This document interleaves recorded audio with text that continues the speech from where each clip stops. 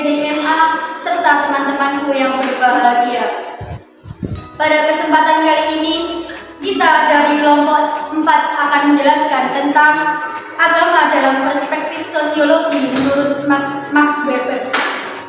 Untuk kelompok kami mengambil 3 rumusan masalah. Yang pertama yaitu biografi Max Weber, yang kedua pandangan Max Weber terhadap agama, dan yang terakhir yaitu fungsi agama dalam masyarakat menurut Max Weber. Untuk penjelasan pertama akan disampaikan oleh Saudari Lintang. Di sini saya akan menjelaskan biografi tentang Max Weber. Maximilian Weber atau juga dikenal sebagai Max Weber lahir pada tanggal 21 April 1864 di Erfurt. Max Weber dikenal sebagai ilmuwan politik, ekonomi, ahli geografi, dan juga sebagai sosiolog Jerman yang dianggap sebagai salah satu pendiri awal agama dan sosiologi. Ayahnya merupakan seorang birokrat yang menduduki kursi politik dan dikenal dengan seorang penikmat urusan duniawi, seorang yang suka bekerja serta dibilang gila dengan jabatannya. Berbeda dengan Ibu Weber yang merupakan seorang Calvinis yang taat dan berusaha untuk tidak banyak terlibat dengan urusan duniawi. Dengan perbedaan karakter orang tuanya itu, akhirnya memberikan pengaruh pada psikologis kepribadian Weber sendiri. Di samping itu, ayahnya juga seorang ahli hukum yang juga aktif dalam Partai Liberal Nasional. Pada tahun 1869, Max Weber pindah ke Berlin. Ketika berusia 4 tahun, ia pernah mengalami penyakit meningitis. Akan tetapi, sisi positifnya, Max Weber kecil telah mulai menyukai buku daripada berolahraga hingga ia sampai pada umur yang cukup dewasa. Nah, ketika berusia 13 tahun, ia pernah menulis beberapa esai-esai sejarah. Pada usia 15 tahun, Max Weber membaca dengan sangat tekun dan menyimpulkan apa yang ia baca. Secara tidak langsung, ketika ia muda, ia telah menyibukkan diri dengan hal-hal yang bermutu. Pada akhirnya, Max Weber menyelesaikan studinya dan bekerja di pengadilan Berlin. Di sana, ia tinggal dengan orang tuanya dan pada awal 80-an, serta menjalani pendidikan sebagai mahasiswa hukum yang dijalankan dengan rajin. Dengan berjalannya waktu, ia menulis disertasi tentang sejarah kongsi dagang selama abad pertengahan 1989. Ia juga mengkaji beberapa referensi, diantaranya berbahasa Italia dan Spanyol, dengan tujuan menyempurnakan disertasinya. Untuk pembahasan yang kedua yaitu pandangan Max Weber terhadap agama, yang akan dijelaskan oleh Saudari Anwar.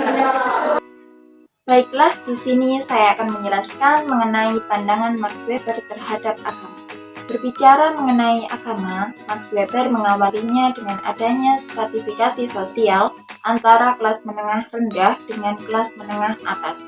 Weber mengatakan bahwa kelas menengah rendah dianggap memainkan peranan yang strategis dalam sejarah agama Kristen yang dipercayai sebagai agama keselamatan.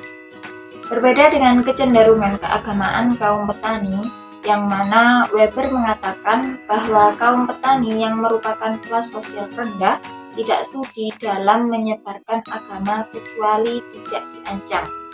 Di samping itu, kaum pengrajin telah terlibat dengan kegiatan yang bersifat najis yang mampu berkembang kepada sikap yang rasional.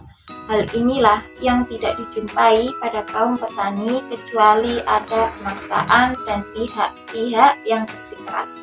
Di balik itu semua, Weber melihat bahwa kaum pedagang kaya tidak mempercayai yang namanya etika pembalasan. Ini berbeda sekali dengan keyakinan yang dipercayai oleh kelas menengah rendah. Weber menilai bahwa kelas pedagang kaya tidak mempercayai yang namanya agama penyelamat. Akhirnya, Weber menyimpulkan bahwa semakin tinggi keadaan suatu kelas atau kaum, maka semakin tidak terlihat perjuangan mereka dalam mengembangkan agama keduniawaian lainnya. Dan pembahasan yang terakhir yaitu fungsi agama dalam masyarakat menurut Max Weber, yang akan disampaikan oleh Saudara Rahman Nur.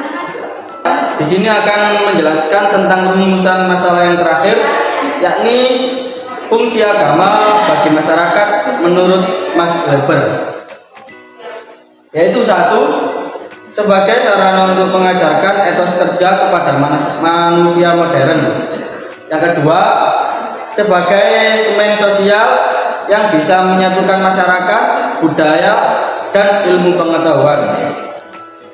Yang terakhir atau yang ketiga, sebagai pemicu perubahan sosial dan agama, bukan hanya persoalan transendental yang mengaitkan Tuhan dan spiritual manusia, tapi juga memiliki fungsi dalam sosial kemasyarakatan. Cukup sekian yang dapat kami sampaikan.